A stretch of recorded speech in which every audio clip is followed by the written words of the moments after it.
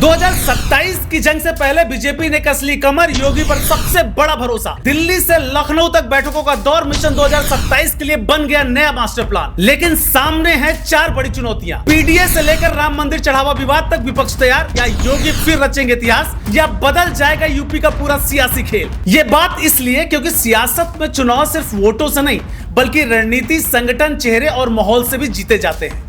UP में 2027 विधानसभा चुनाव भले ही दूर हो, लेकिन राजनीतिक बिसात अभी से बिछनी शुरू हो चुकी है। 2024 लोकसभा चुनाव में बीजेपी को बड़ा झटका लगा। 2019 में 62 सीटें जीतने वाली बीजेपी 2024 में 33 सीटों पर सिमट गई, जबकि समाजवादी पार्टी 37 सीटों के साथ सबसे बड़ी पार्टी बनकर उभरी। यही वजह है कि बीजेपी पूरी तरह से अलर्ट मोड में है। दिल्ली से लेकर लखनऊ तक लगातार बैठकों का दौर चल रहा है। राष्ट्रीय अध्यक्ष नितिन नवीन का लखनऊ दौरा भी इसी तैयारी का अहम हिस्सा माना गया। अब सवाल यही है कि आखिर 2027 में बीजेपी की सबसे बड़ी ताकत क्या है और सबसे बड़ा खतरा कहां छिपा है। आइए पूरा सियासी गणित आसान भाषा में समझते हैं।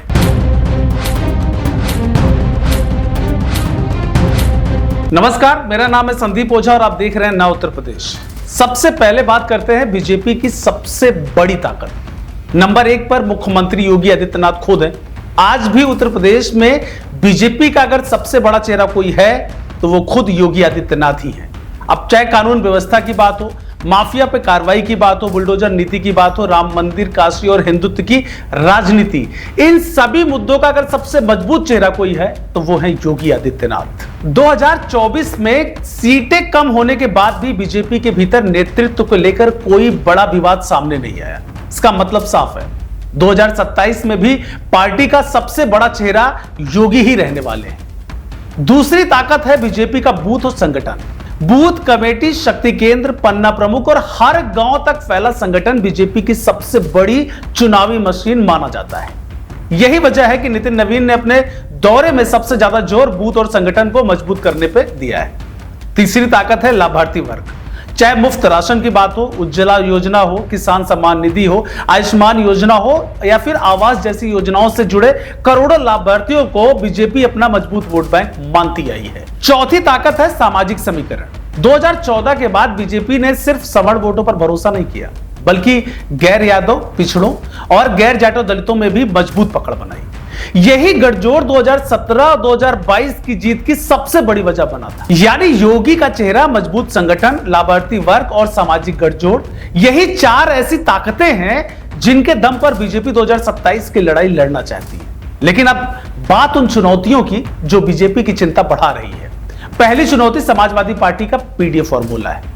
पिछड़ा, दलित और अल्पसंख्यक को साथ जोड़ने की जो रणनीति है, 2024 के लोकसभा चुनाव में सपा को सबसे बड़ा फायदा पहुंचाया। अखिलेश यादव लगातार इसी मुद्दे पर काम कर रहे हैं। अगर गैर यादव, पिछड़ों और दलितों का कुछ हिस्सा भी बीजेपी से दूर जाता है तो मुकाबला भाई बीजेपी के लिए आसान नहीं होने वाला। दूसरी चुनौती है लंबे समय की सत्ता से पैदा होने वाली नाराजगी। बीजेपी 2017 से लगातार उत्तर प्रदेश की सत्ता में है। 2027 तक ये लगभग 10 साल का कार्यकाल हो जाएगा। ऐसे में बेरोजगारी, भर्ती, पेपर लीक, महंगाई, स्थानीय नेताओं की नाराजगी और टिकट वितरण जैसे मुद्दे चुनाव में असर डाल सकते हैं। विधानसभा चुनाव में लोग अपने इलाके में और अपने विधायक का काम भी देखते हैं, इसीलिए एंटी इनकम्बेंसी को हल्के में नहीं लिया जा सकता। तीसरी चुनौती सबसे ज्यादा चर्चा में है और वो है राम मंदिर चढ़ावा विवाद। विपक्ष लगातार इस मुद्दे को राजनीतिक रंग देने की कोशिश कर रहा है। समाजवादी पार्टी और कांग्रेस इसे जनता के बीच बड़ा मुद्दा बनाने में जुटी। उसका फायदा भी इनको मिलने की संभावना है, इसलिए लगातार इसको माहौल लेकर माहौल बनाया जा रहा है। दूसरी तरफ बीजेपी और सरकार का कहना है कि मामले की जांच चल रही है, एसआईटी बनाई गई है और अगर कोई दोषी होगा तो कार्रवाई जरूर होगी। इसी कारण पार्टी और संघ दोनों जनता के बीच भरोसा बनाए रखने की कोशिश कर रहे हैं। माना जा रहा है बीजेपी किसी भी कीमत पर नहीं चाहती कि राम मंदिर जैसे उसके सबसे बड़े वैचारिक मुद्दे पर विपक्ष को राजनीतिक बढ़त मिले। चौथी चुनौती है 2024 के नतीजों से विपक्ष का बढ़ा आत्मविश्वास।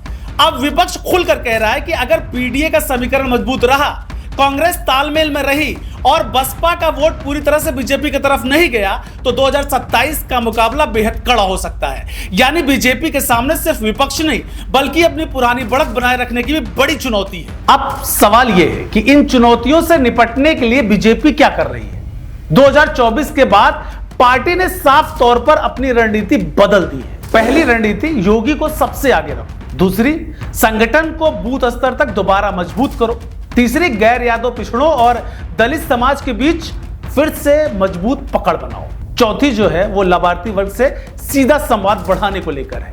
यही वजह है कि प्रदेश संगठन में बदलाव किए गए, नई टीम बनाई गई, क्षेत्रीय स्तर पर फेरबदल हुआ और लगातार बैठकें शुरू हुई।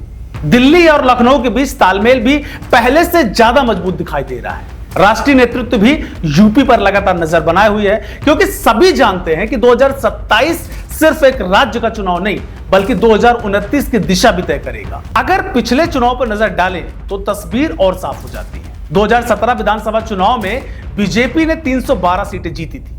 2022 में सीटें घटकर 255 रह गई, लेकिन सरकार फिर भी बन गई। 2024 लोकसभा चुनाव में पार्टी सिर्फ 33 सीटों पर सिमट गई, यानी वोट प्रतिशत पूरी तरह से नहीं टूटा, लेकिन सीटों का बड़ा नुकसान हुआ। यही कारण है कि बीजेपी अब किसी भी तरह की ढिलाई नहीं बरतना चाहती। पार्टी समझ चुकी है कि विधानसभा चुनाव सिर्फ प्रधानमंत्री के चेहरे पर नहीं बल्कि संगठन, जातीय समीकरण, उम्मीदवार और स्थानीय मुद्दों पर भी लड़ा जाता है। अब सवाल यही है कि क्या योगी आदित्यनाथ का चेहरा, मजबूत संगठन और लाभार्थी वर्ग बीजेपी को फिर सत्ता तक पहुंचाएगा, या फिर अखिलेश यादव का पीडीए फॉर्मूला और विपक्ष की एकजुटता यूपी की राजनीति में नया इतिहास लिखेंगी। फिलहाल इतना तय है कि 2027 की लड़ाई सिर्फ सत्ता की नहीं बल्कि रणनीति, संगठन, सामाजिक समीकरण और जनता के भरोसे की सबसे बड़ी परीक्षा बनने जा रही है। आने वाले महीनों में उत्तर प्रदेश की राजनीति और भी दिलचस्प होने वाली है। देश दुनिया की हर बड़ी, सटीक और भरोसेमंद खबर देखने के लिए अभी विजिट करें हमारे वेबसाइट nowuttarpradesh.com और nownoida.com पर, क्योंकि यहाँ आपको सिर्फ सुर्खियां नहीं बल्कि पूरी जानकारी मिलेगी।